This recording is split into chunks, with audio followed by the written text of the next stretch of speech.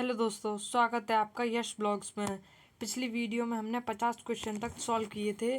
अब हम इससे आगे के क्वेश्चंस का आंसर आपको देंगे। तो चलिए शुरू करते हैं।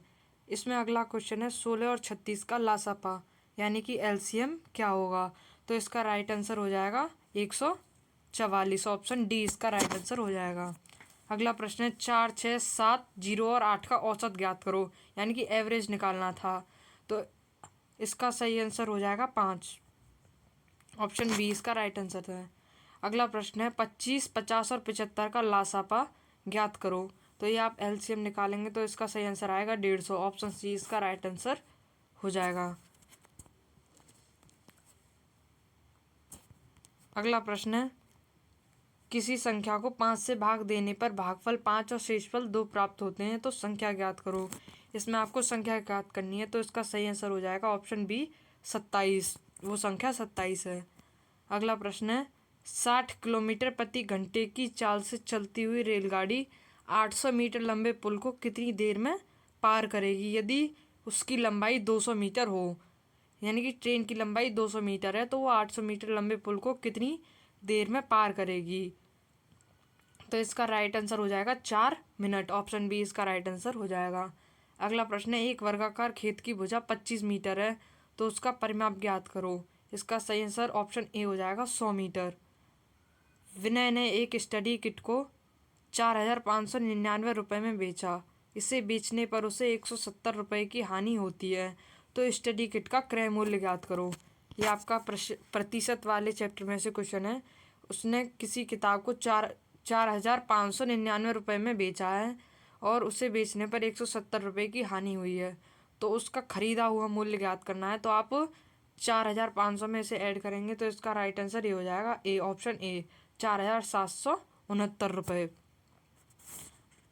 अगला प्रश्न है निम्नलिखित में से कौन सा अधिवर्ष है। अधिवर्ष यानी कि लीप ईयर।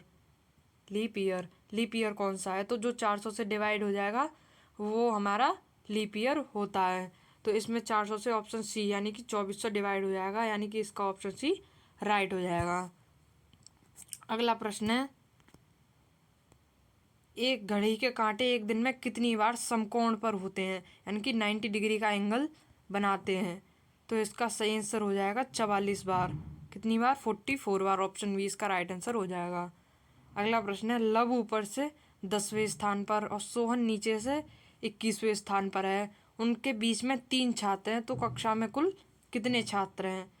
तो इसका राइट आंसर हो जाएगा ऑप्शन बी 34। कक्षा में कुल 34 छात्र हैं। अगला प्रश्न है ए बी की बहन है, बी की शादी डी से हुई है। बी और बी डी की पुत्री जी है। जी का ए से क्या संबंध है, तो इसका राइट आंसर हो जाएगा भतीजी का। चाहे तो आप करके देख सकते हैं। दिए गए अव्यवस्थित अगला प्रश्न है दिए गए अव्यवस्थित शब्दों के अक्षरों को सार्थक शब्दों के व्यवस्थित कर कौन सा शब्द एक रंग नहीं है। इनमें आपको कुछ वर्ड दे रखे थे, उनको अगर आप मतलब सॉल्व करेंगे तो इनमें से कौन सा एक कलर का नेम नहीं बनता है। इनमें से अगर ए को देखेंगे तो वॉयलेट, सी को ऑरेंज, डी को पर्पल, लेकिन बी को बनाने से कोई भी कलर का नेम नहीं बन रहा है, तो इसका ऑप्शन बी सही हो जाएगा। अगला प्रश्न है अंग्रेजी वर्णमाला में यदि बी ए हो जाए, पी ओ हो जाए तो के हो जाएगा। तो इसका राइट आंसर हो जाएगा के हो जाएगा जे, क्योंकि बी ए हो रहा है, पी ओ हो रहा है, तो के जे हो जाएगा उससे पहले वाला। अगला प्रश्न है मेरे पिता की बहन के पिता के पुत्र की पुत्री का मुझसे क्या रिश्ता होगा। तो इसका राइट आंसर हो जाएगा बहन का। वो बहन लगेगी। चाहे तो आप सॉल्व करके देख सकते हैं। अगला प्रश्न है एक व्यक्ति दक्षिण की ओर 6 किलोमीटर चलता है तथा बाएं मुड़कर 4 किलोमीटर फिर चलता है तथा बाईं ओर मुड़कर फिर 5 किलोमीटर जाता है। अब उसका मुख किस दिशा की ओर है। तो इसका राइट आंसर हो जाएगा उत्तर दिशा की ओर। उसका मुख उत्तर दिशा की ओर है।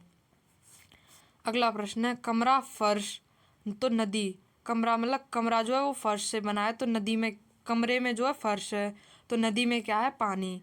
इसका ऑप्शन डी सही हो जाएगा पानी। अगला प्रश्न है पैर क्वेश्चन मार्क, हाथ कलाई, हाथ में जो है कलाई है, हाथ में आगे ये कलाई है, तो पैर में क्या है, टखना। इसका राइट आंसर हो जाएगा क्योंकि ये एक बॉडी पार्ट्स है। अगला प्रश्न है, सितारे दूरदर्शक यानी कि स्टार्स को हम दूरदर्शक के द्वारा देखते हैं, तो रुधिर कोशिका यानी ब्लड सेल्स को हम किसके द्वारा देखेंगे, सूक्ष्मदर्शी यानी कि माइक्रोस्कोप के द्वारा। तो इसका ऑप्शन डी राइट आंसर हो जाएगा। अगला प्रश्न है, जैसे किसी गाय के लिए बछड़ा है वैसे ही किसी बकरी के लिए, यानी कि गाय के लिए बछड़ा होता है तो बकरी के लिए क्या होगा, मेमना। इसका ऑप्शन डी राइट हो जाएगा। अगला प्रश्न है, जहाज जैसे कप्तान से संबंधित है, यानी कि जहाज को जो है वो कप्तान चलाता है, वैसे ही अखबार को कौन छापता है, संपादक। तो इसका ऑप्शन भी राइट आंसर हो जाएगा। अगला प्रश्न है, एक विषम ज्ञात कीजिए। आपको इसमें से किसी और को ज्ञात करना था, तो जैसे कि पानी बाल्टी, स्याही दवात, तेल लैंप, कलम और नोक। तो इसका ऑप्शन डी कलम और नोक सही हो जाए क्योंकि ये सब लिक्विड है और कोई चीज़ किसी ना किसी में है, लेकिन कलम और नोक अलग अलग चीज़ें हैं। अगला प्रश्न है, दिए गए विकल्पों में से उसे चुनिए जो अन्य 3 विकल्पों से भिन्न है, यानी कि आपको इसमें से कोई ऑड वन आउट चुनना था, तो इसका ऑप्शन ए राइट आंसर हो जाएगा। चाहे तो आप ABCD लिखकर उनको नंबरिंग करके देख सकते हैं। अगला प्रश्न है, दिए गए विकल्पों में से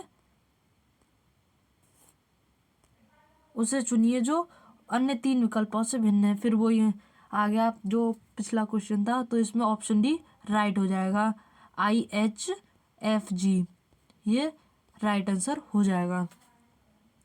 चाहे तो आप वो नंबरिंग कर लीजिए, इसमें भी वही है नंबरिंग का। अगला प्रश्न है, दिए गए विकल्पों में से विषम का चयन कीजिए।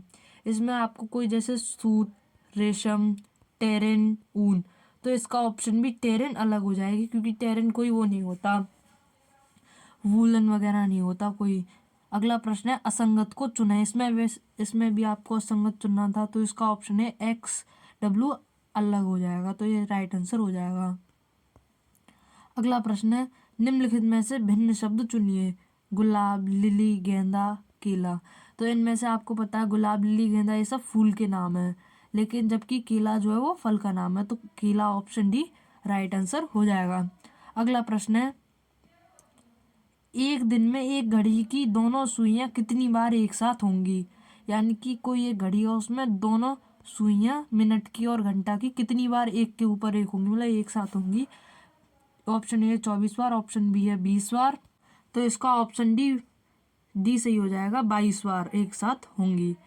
अगला प्रश्न है, सच्चा, ये हिंदी का है, सच्चा शूरवीर देश की रक्षा में प्राणों की डैश रिक्त स्थान की पूर्ति सटीक मुहावरे से कीजिए।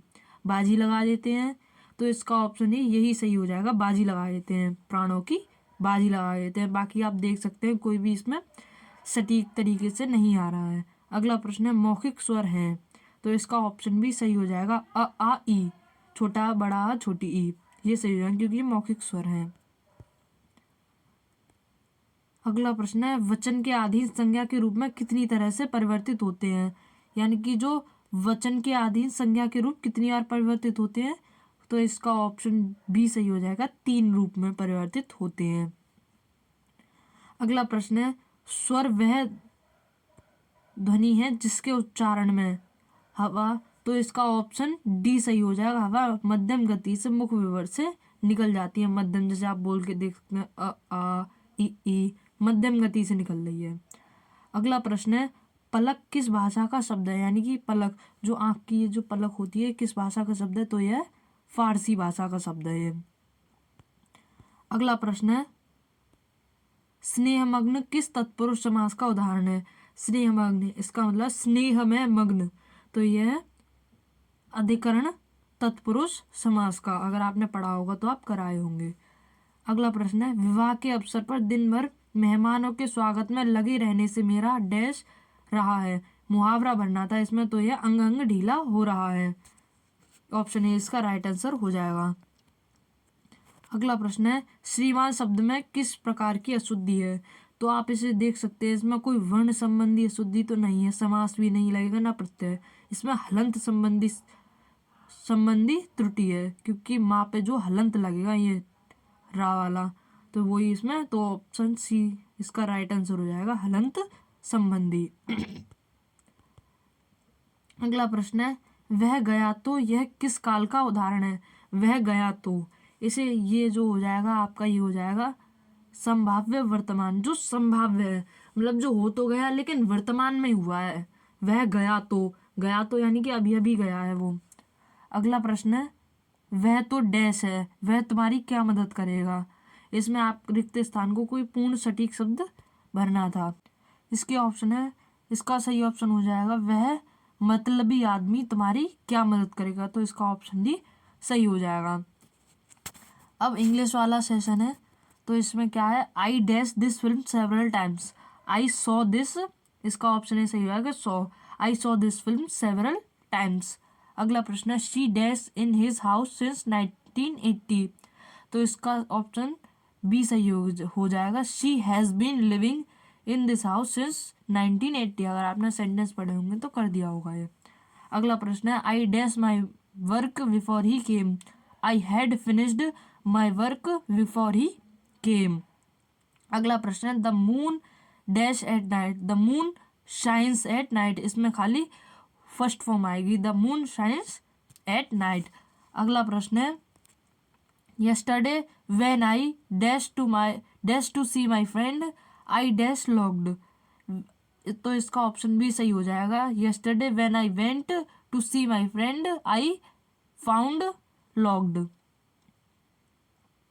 अगला प्रश्न है, my brother dash from Karnal presently, my brother has returned from Karnal presently। अगला प्रश्न है, did you dash this color, did के साथ फर्स्ट फॉर्म आती है, तो इसका ऑप्शन भी सही हो जाएगा, did you choose this colour. अगला प्रश्न है, ही dash for a walk every day, इसमें एवरी डे यानी रूटीन की बात हो रही है, तो इसका ऑप्शन सी सही हो जाएगा, goes, he goes for a walk every day. अगला प्रश्न है, if I make a mistake the teacher will be punished me, will be क्योंकि टीचर मुझे करेंगी, पनिश्ड करेंगी इसीलिए। अगला प्रश्न है, आखिरी प्रश्न, my brother dash the BA examination this year, my brother has passed the BA examination in this year, क्योंकि मेरे भाई ने पास कर लिया है इस साल। तो इसी के साथ आज का हमारा पूरा पेपर सॉल्व हो चुका है। अगर आपको ये वीडियो अच्छी लगी हो तो वीडियो को लाइक करें, अपने दोस्तों के साथ शेयर करें तथा हमारे चैनल को सब्सक्राइब भी ज़रूर करें। धन्यवाद।